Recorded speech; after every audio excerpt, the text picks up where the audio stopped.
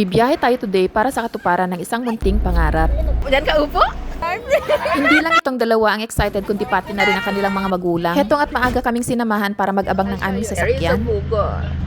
Van nga ang aming sinakyan at tignan nyo naman kung gaano kababait ang mga driver. Pwedeng-pwede kayong makisuya para bumili ng tupig dito sa may Magapit. Pupunta pala kami ng Tuguegarao City at heto't nakaidlip lang at andito na tayo. At dito nga sa City Hall ang una nating destinasyon. Yan ay para bisitahin si Mayora. Uy, hindi. Ang feeling naman ng pamilya. Dito talagang aming sadya para kunin ang pasaporte ni Mamang Bakit. Ito na yung tricycle natin ah. Go! Mag-aalauna na nga dyan at syempre gutom na kami kaya ang next destination ay maghanap ng makakainan. Ganyan. What's that? Paano happy? Everything you like. Aba, sa sobrang gutom ay parang gusto na lang kainin lahat ng nasa menu.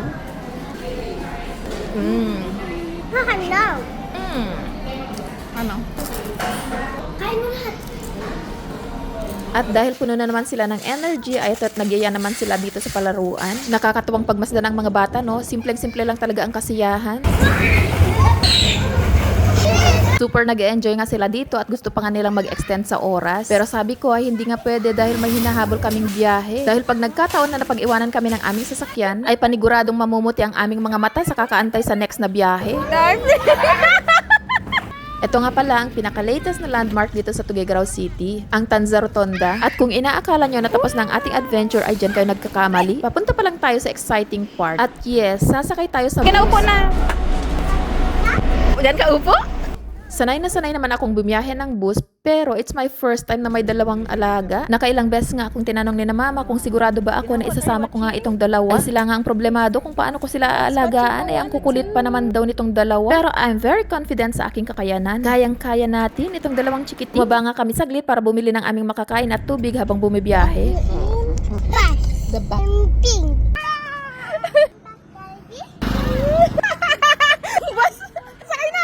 Sakay tayo Florida? Ayun, ma'am. Ayun siya. Oo, ayun. Oo. Sunod lang natin. At yan nga ang munting pangarap ng ating si Zai, ang makasakay ng pink bus. Siya naman talaga niyang laging kinukulit sa akin. At dahil nga hindi umubra ang ating pagsakay mula sa ating town papuntang Aparri ng Florida bus, ay naisipan ko na nga siyang isama nung nagpunta ako ng city nang sa ganun ay maranasan naming sumakay ng Florida bus mula sa Tuguegarao papunta sa aming bayan. Ano yung bridge doon? Nag-collapse. Tignan nyo naman kung gaano niya in-enjoy ang aming biyahe na hindi talaga siya natulog. Talagang pinili pa niya talaga ang window side nang sa ganun ay makapag-sightseeing siya. Nung time ngang ito ay sa Baggaw pa kami dumaan dahil nga sa pagbagsak ng Pigatan Bridge. Ayun ba? Maayos na ba yung tulay? Akala ko ay easy lang ang aming biyahe pero hindi ko in-expect na ako'y maglilinis ng suka.